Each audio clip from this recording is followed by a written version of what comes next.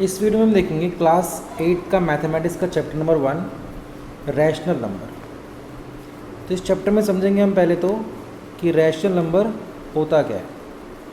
तो जो rational number होता है इसको हम P/Q की फॉर्म में लिखते हैं। कोई भी ऐसा नंबर जो P/Q की फॉर्म में लिखा हुआ है उसको हम कहेंगे कि वो क्या है, रैशनल नंबर। और यहाँ पे हमें एक बात समझनी है कि जो यहाँ पे हमारा Q होता है वो Q हमारा नॉट इक्वल होना चाहिए जीरो के। मतलब जब कोई फ्रैक्शन है तो फ्रैक्शन में जो डिनोमिनेटर है वो हमारा ज़ीरो के बराबर नहीं होना चाहिए। अगर वो ज़ीरो के बराबर होता है तो वो रैशनल नंबर नहीं कहलाएगा, तो क्या हो जाएगा हमारा नॉट डिफाइंड। क्लियर। जैसे मान लीजिए एक नंबर लिखा है हमारे पास 5/4, तो ये क्या कहलाएगा, रैशनल नंबर। अगर नंबर लिखा है ऐसे 7 लिखा है तो 7 भी क्या होगा हमारा रैशनल नंबर, क्योंकि इसके डिनोमिनेटर में क्या होता है 1। क्लियर। अब अगर लिखा है 0 तो 0 भी क्या होगा हमारा रैशनल नंबर, क्योंकि ये अगर इसको फ्रैक्शन फॉर्म में लिखें तो कैसे लिखेंगे हम 0/1, मतलब P/Q की फॉर्म में हो गया। अब अगर ऐसे लिखा हो कभी 1/0 तो 1/0 में हम देख रहे हैं कि जो डिनोमिनेटर है यहाँ पे क्या आ गया हमारा, ये 0 आ गया। और हमने यहाँ पे पढ़ा है कि जो Q होता है वो नॉट इक्वल होता है 0 के, बट यहाँ पे ये 0 डिनोमिनेटर हमारा 0 के बराबर हो रहा है, तो इसलिए ये हमारा रैशनल नंबर नहीं होगा। कभी भी अगर डिनोमिनेटर में 0 है तो वो रैशनल नंबर नहीं कहलाएगा। क्लियर। अब हम सॉल्व करते हैं इसकी एक्सरसाइज 1.1 जो हमारी नई NCERT की बुक आई है उसमें चैप्टर 1 के अंदर सिर्फ एक ही एक्सरसाइज है, एक्सरसाइज 1.1, और इसके अंदर सिर्फ 3 क्वेश्चन है और इन 3 क्वेश्चन को हमें करना है। ठीक है। अब सबसे पहले देखते हैं हम इसका फर्स्ट क्वेश्चन। क्वेश्चन 1 में कहा गया है name the property under multiplication use in each of the following. अब यहाँ पे जो क्वेश्चन नंबर 1 की जो 3 पार्ट हैं, इन तीनों पार्ट में मल्टीप्लिकेशन की जो प्रॉपर्टी यूज़ करी गई है हमें उस प्रॉपर्टी का नाम बताना है। क्लियर। आप देखो इसका फर्स्ट पार्ट पहले करते हैं हम।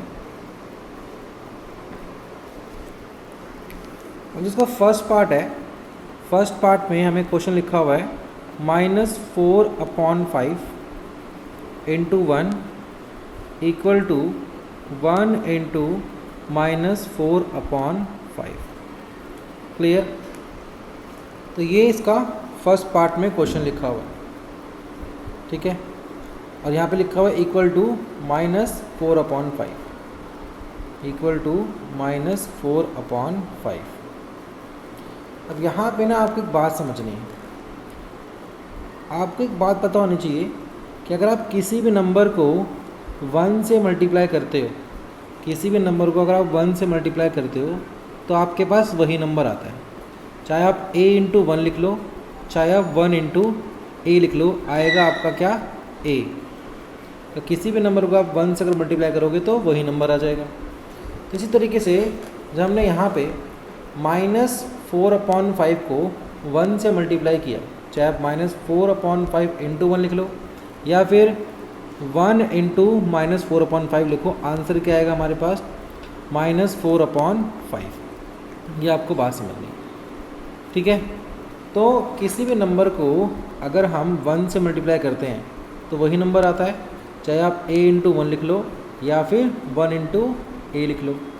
तो इस प्रॉपर्टी को हम क्या बोलते हैं, हमसे क्वेश्चन में उसका नाम पूछा गया, तो इस प्रॉपर्टी को हम क्या बोलते हैं, लिखेंगे प्रॉपर्टी को हम बोलते हैं 1 इज़ द मल्टीप्लिकेटिव आइडेंटिटी। क्या लिखेंगे, 1 इज़ द मल्टीप्लिकेटिव आइडेंटिटी।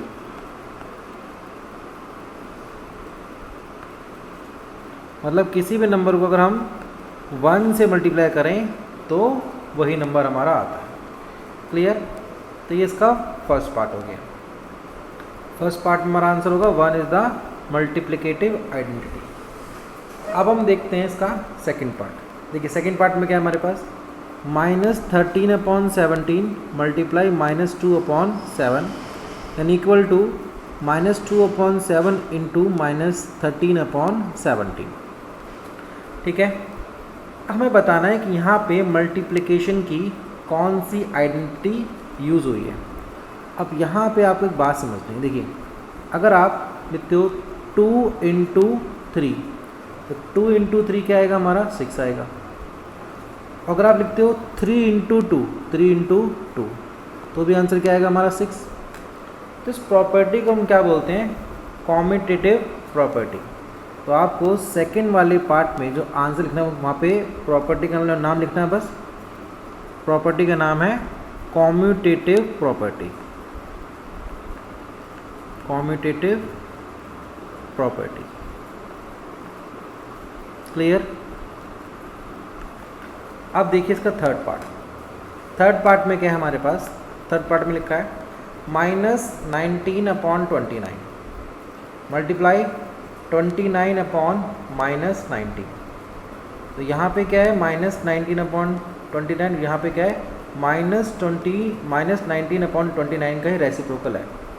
तो जब किसी भी नंबर को हम उसके रेसिप्रोकल से मल्टीप्लाई करते हैं तो हमारा आंसर क्या आता है 1। ठीक है, अगर किसी भी नंबर को आप उसके रेसिप्रोकल से मल्टीप्लाई करोगे तो आंसर क्या आएगा, यहाँ पे 1 आएगा। तो मल्टीप्लिकेशन की इस आइडेंटिटी का नाम पूछा गया, हमें इस आइडेंटिटी का नाम बताना है। मतलब तो मल्टीप्लिकेशन की इस प्रॉपर्टी को क्या कहते हैं, हमें उस प्रॉपर्टी का नाम बताना है। तो उसको हम बोलते हैं मल्टीप्लिकेटिव इनवर्स। यहाँ क्या लिखेंगे हम, मल्टीप्लिकेटिव इनवर्स।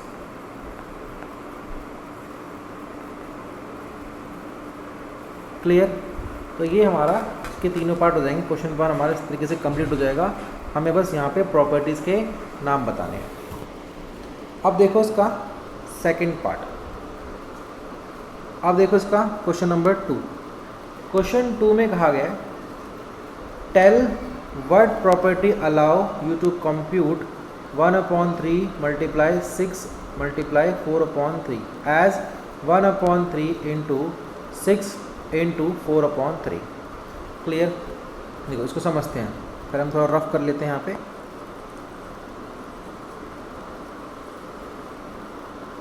अब यहाँ पे आप एक छोटी सी चीज़ को समझो पहले तो। अगर मान लीजिए ऐसे लिखा है 2 इंटू 3 इंटू 5, ऐसे लिखा हुआ है। अब हमें इसको सॉल्व करना है, तो हम इसको 2 तरीके सॉल्व कर सकते हैं। पहला तरीका, हम पहले 2 और 3 को मल्टीप्लाई कर लें आपस में, क्या आएगा 2 3 जो 6, और फिर उसको कर दो 5 से मल्टीप्लाई, क्या आ जाएगा हमारा 30। एक तरीका ये हो गया। या तो फिर हम इसको ऐसे ही मल्टीप्लाई कर सकते हैं। तो लिखा है 2 इंटू 3 इंटू 5। हम पहले 3 और 5 को मल्टीप्लाई कर लेते हैं, जो आंसर आएगा उसको हम 2 से कर लेंगे मल्टीप्लाई। तो 2 3 5 जो 15 और 15 2 जो 30। दोनों से ये आंसर क्या आएगा हमारा, इक्वल आएगा। तो यहाँ पे भी क्या पूछा गया हमसे, प्रॉपर्टी का नाम पूछा गया कि ये कौन सी प्रॉपर्टी है, इस प्रॉपर्टी का नाम क्या है। ठीक है, तो हम इसको जब सॉल्व करेंगे, पहले तो हम सॉल्व करते हैं इसका कि आंसर क्या आएगा। हम आंसर निकालते हैं पहले।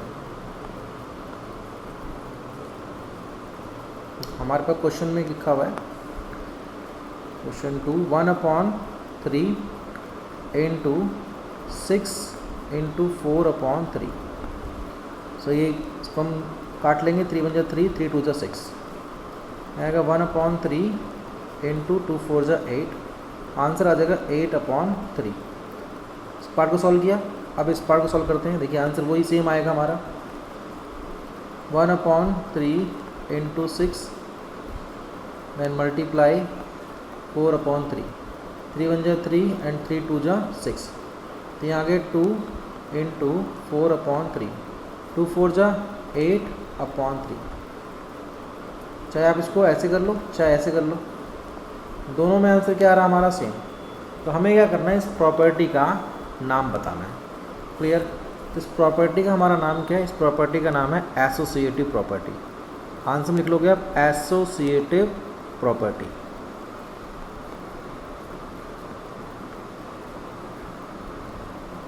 क्लियर। तो ये इसका आंसर हो जाएगा एसोसिएटिव प्रॉपर्टी, क्योंकि प्रॉपर्टी का बस नाम पूछा गया तो आपको नाम बता देना है, आपका आंसर हो जाएगा। क्लियर।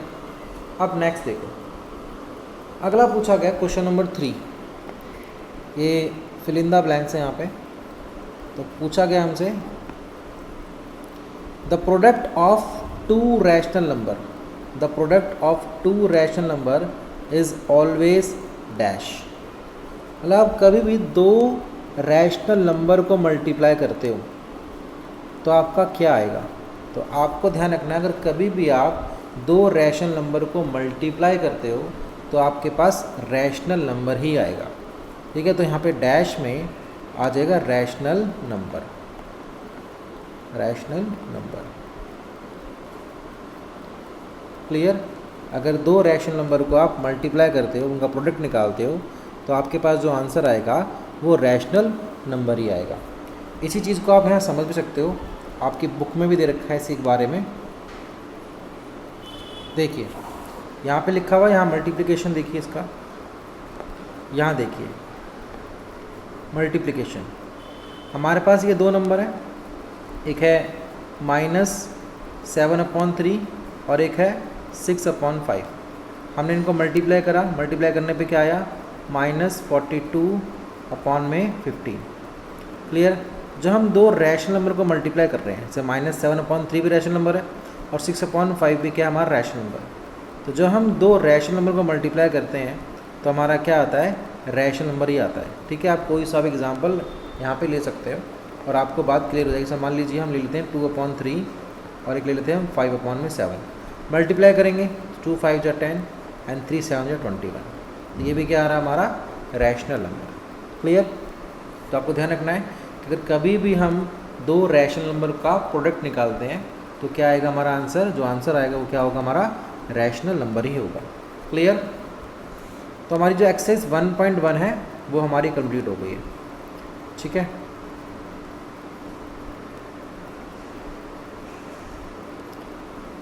तो इसके अंदर हमारे पास एक ही एक्सरसाइज चैप्टर के अंदर जो हमने कंप्लीट कर लिया है। अब जो हमारी क्लास 8 की जो नेक्स्ट वीडियो आएगी उसके अंदर हम चैप्टर 2 स्टार्ट करेंगे।